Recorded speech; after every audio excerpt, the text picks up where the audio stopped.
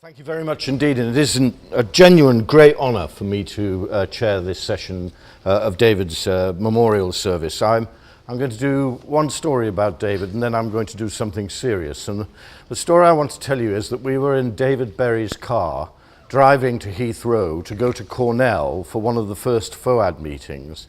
And David admitted to me that he had never been in first class. So I was young then, and I said, I tell you what, David, I'll blag us an upgrade.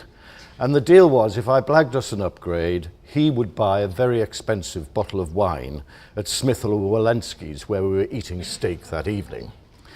So I went up to the check-in, and with David standing beside me, and I said to the lady at the check-in, I promise you this is true, I am the Dean of Medicine at the University of Southampton, Professor Thomas, and this is Professor Barker. And for the last 2 years, we have been trying to get him to take early retirement. And he has said to me that if we get upgraded to first class, he will take early retirement. And David is standing beside me going, it's completely true, it's completely true, that's what I'll do, that's what I'll do. Anyway, we didn't get the upgrade. But as we were walking away from the queue, a lady came up to us who was doing some quality assurance on your experience at check-in. And so she said, how's the experience been at check-in? And David then moved into full flow. It has been extremely disappointing. We asked for an upgrade to first class, and he told her the whole story about Southampton Medical School. He said, and finished with, does British Airways know that it's ruined Southampton Medical School? I would have gone and been replaced by an energetic young researcher. Anyway, off we go, and we go to get on the airplane, and guess what? They've upgraded us to first. And all of you can imagine the childlike joy that David had of those 8 hours in absolute luxury. And anyway, that's just one of many. Did you get the wine? Yes, it was a bottle of Opus One with his Rothschild's Californian wine. It was $88, and David took 3 months to get it through the MRC expensive.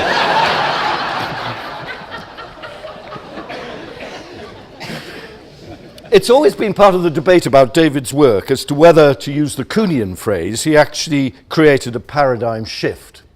And I thought I might kind of just ask our professor of philosophy at Bristol, Alexander Bird, who wrote the biography and appreciation of Kuhn in the Stanford Encyclopedia of Philosophy, what he thought about whether David had created a paradigm shift. And he wrote back to me, and these are his words, there are 2 questions to ask. Did the discovery initiate and lay the foundations for a new normal science?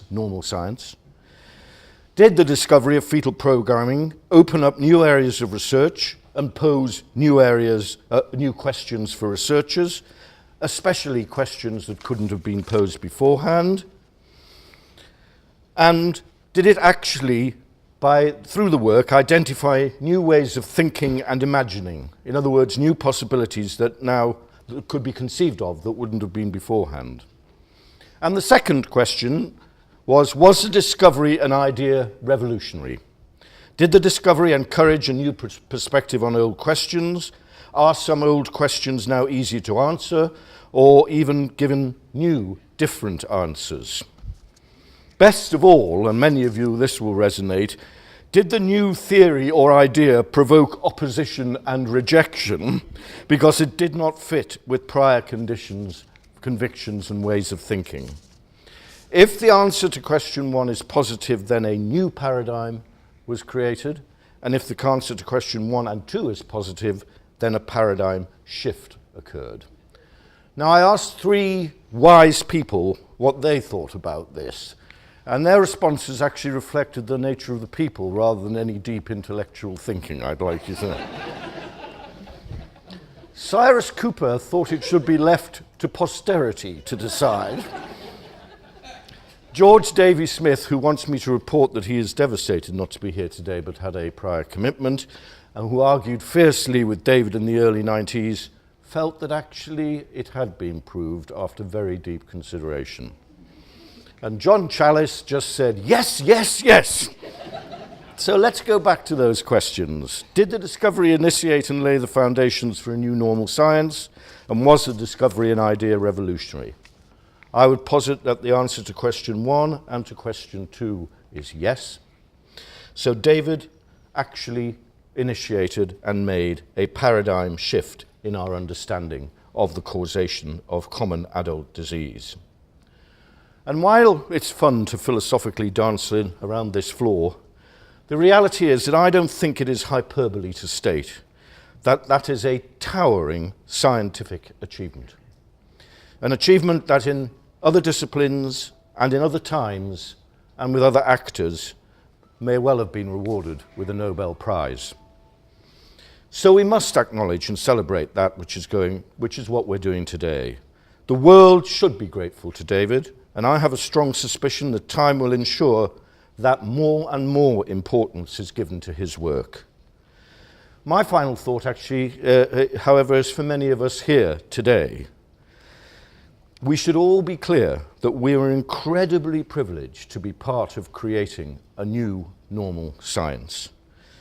Many of us would only have minor parts. Charles George, Michael, Ian and I merely supplied some of the beer and rations.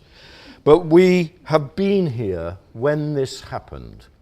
And there are many, many, many people who are never present when this happened, and we should be incredibly privileged about that.